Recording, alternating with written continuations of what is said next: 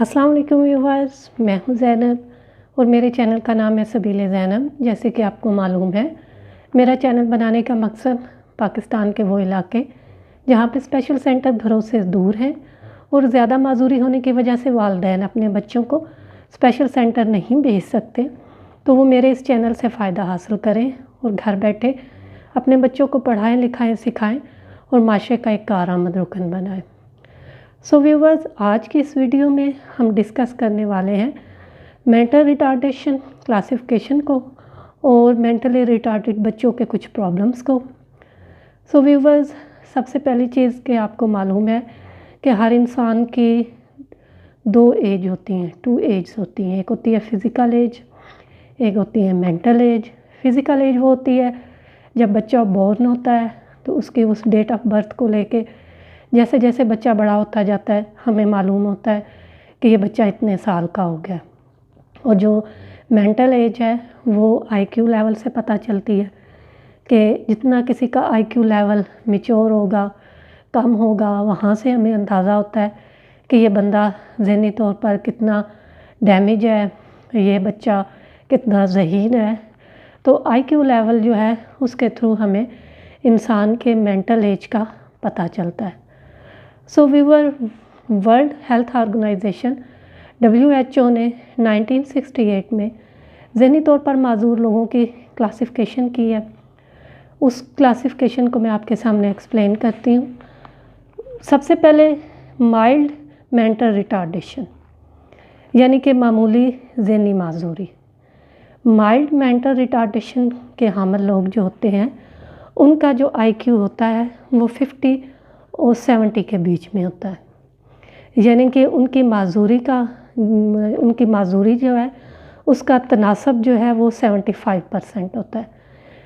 पहले मैं आपको ये बता दूं कि एक नॉर्मल इंसान का IQ लेवल जो है वो 85 से 115 के बीच में होता है।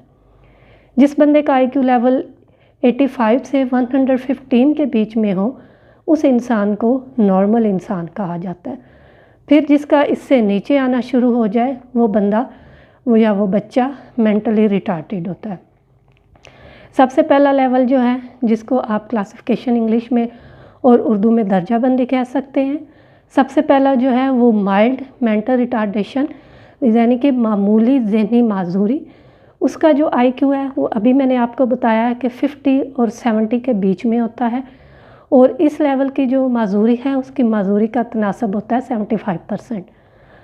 दूसरा मॉडरेट मेंटल रिटार्डेशन यानी कि दरमियानी ज़हनी माजूरी।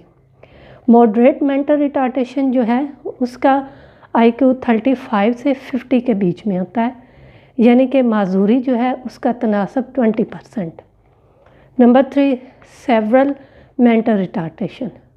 सेवरल मेंटल रिटार्डेशन में IQ जो है वो 20 और 35 के बीच में होता है और जो ज़हनी माजूरी का तनासब है वो 3% है। सेवरल यानी कि शदीद ज़हनी माजूरी। आगे आ जाता है प्रोफाउंड, नंबर 4। ये आखिरी दर्जा है, प्रोफाउंड मेंटल रिटार्डेशन यानी कि इंतहाई शदीद ज़हनी माजूरी।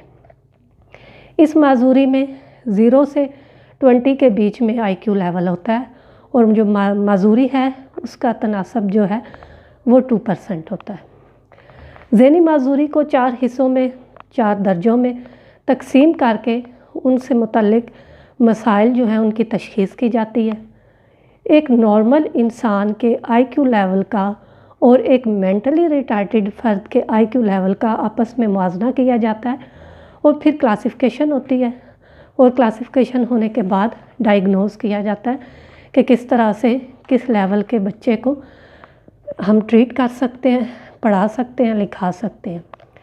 ज़हनी माजूरी का शिकार बच्चा अपनी ज़हनी कारकर्दगी मामूल से कम होने की बिना पर इसकी नशो सुस्त पड़ जाती है और सम टाइम ये होता है कि रुक भी जाती है, जिसका इफ़ेक्ट इसके नशो के बहुत सारे एरियाज़ पर होता है।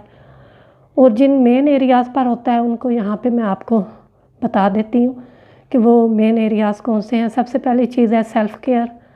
एक मेंटली रिटार्डेड बच्चा आम बच्चों की तरह अपने आप को लुक आफ्टर नहीं कर सकता, कपड़े पहनना, उतारना, टॉयलेट जाना, मुंह धोना, ब्रश करना, खाना खाना, सही तरीके से बैठना, ये सारे काम एक मेंटली रिटार्डेड बच्चा जो है वो खुद ब खुद नहीं कर सकता। दूसरा एरिया जो इफ़ेक्ट करता है एक मेंटल बच्चे का, वो होता है लैंग्वेज डेवलपमेंट। एक मेंटल बच्चे की लैंग्वेज जो है वो प्रॉपरली डेवलप नहीं होती। एक नॉर्मल बच्चे की तरह उसके वोकैबुलरी नहीं होती। जैसे कि एक नॉर्मल बच्चे के पास बोलने के लिए काफ़ी ज़्यादा जुमले और अल्फाज होते हैं, ऐसे एक मेंटल बच्चे के पास नहीं होते। ये दूसरा एरिया है जो इफ़ेक्ट करता है मेंटली रिटार्डेड बच्चे का। तीसरी चीज़ बिहेवियर इश्यूज़ हैं। वो सबसे मेन चीज़ है, इस बच्चे को गुस्सा बहुत ज़्यादा आता है, रोता बहुत है, ज़िद्दी और हट धर्म बहुत ज़्यादा होता है, अपनी बात को सही तरीके से कन्वे नहीं कर पाता, ख़यालात और तसव्वुरात वाज़िया नहीं होते इस बच्चे के। इसके अलावा इसके फ़िज़िकल प्रॉब्लम भी होते हैं। कुछ बच्चे जो हैं वो बहुत ज़्यादा ही हेल्दी होते हैं, कुछ जो हैं वो फ़िज़िकली बड़े वीक होते हैं। फिर सबसे मेन इशू जो आ जाता है वो सोसाइटी रिलेटेड इश्यूज़ हैं। और हमारी सोसाइटीज़ के तो काफ़ी मैंने अपनी पिछली वीडियोज़ में भी आपको बताया था कि इन माजूर बच्चों को लेके हमारी सोसाइटीज़ के कितने प्रॉब्लम सामने आते हैं। सोसाइटी जो है वो इतने आसानी से इन बच्चों को एक्सेप्ट नहीं करती। लेकिन अगर वालिदैन अपना हौसला ना हारें और अपनी हिम्मत से अपने बच्चों को सब कुछ सिखाएं, तो माशरे का एक कारआमद रुकन बनाए, तो उनके बच्चे की माजूरी उनके लिए शर्मिंदगी का बायस नहीं बनेगी, बल्कि वो रोल मॉडल बनेंगे, वालिदैन भी और बच्चा भी इस सोसाइटी में। और यही सोसाइटी आपके बच्चे को बड़ी खुशदिली के साथ एक्सेप्ट करेगी। और एक एमआर बच्चा जो है मेंटली रिटार्डेड बच्चा, उसका हाफजा, उसकी मेमोरी बहुत शॉर्ट होती है, बहुत कमज़ोर होती है। वो सही तरीके से सोचने समझने की उसमें ये नहीं पाई जाती खूबी या क्वालिटी। ख़यालात हर वक्त उसके मुंतशिर रहते हैं, जिसकी वजह से वो किसी भी काम पर तवज्जो देना उसके लिए बहुत मुश्किल हो जाता है। एक एमआर बच्चा मालूमात को याद करने में उसको बड़ी मुश्किल दरपेश होती है, इसलिए उसको सादा सा भी काम अगर दिया जाए तो उसको वो बड़ी देर लगा के समझता है, अगर समझ भी जाए तो बड़ी जल्दी भूल जाता है। इसको एक एमआर बच्चे को, मेंटली रिटार्डेड बच्चे को इस चीज़ का अंदाज़ा नहीं होता कि मैंने अपने आप को ख़तरे से किस तरह से निकालना है और अपने आप को ख़तरे में डालने से किस तरह से संभालना है, कि किस जगह पे मैं खेल रहा हूँ तो मुझे चोट लग सकती है, मैंने अपने आप को चोट लगने से कैसे बचाना है। ये सारी चीज़ें ये इस बच्चे में नहीं होती, क्योंकि इसके ख़्याल और अमल में मुताबिकत नहीं होती, जिसकी वजह से ये बच्चा बर वक्त अपने आप को मुश्किलात से निकालने और मुश्किलात से सेफ रखने के लिए इक़दामात करने से कासर होता है। सो व्यूवर्स, ये थी वो कुछ मालूमात जो आप लोगों से शेयर करना बहुत ज़रूरी था। अगर आपका बच्चा एमआर है, मेंटली रिटार्डेड है, तो सबसे पहले आप उसका आईक्यू लेवल का टेस्ट करवाएं।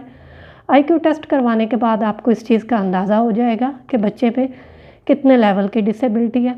फिर उसके हिसाब से उसका ट्रीटमेंट करवाया जाए और उसको सिखाया जाए, सिखा के फिर उसको एक माशरे का कारआमद रुकन बनाया जाए। सो व्यूअर्स, अगर वीडियो अच्छी लगी हो तो लाइक कर दें। अगर आपने इस वीडियो से कुछ गाइडलाइंस ली हैं तो कमेंट बॉक्स में ज़रूर बताइएगा। चैनल को अभी तक सब्सक्राइब नहीं किया तो सब्सक्राइब ज़रूर करें। मिलते हैं नेक्स्ट वीडियो में एक नए टॉपिक के साथ।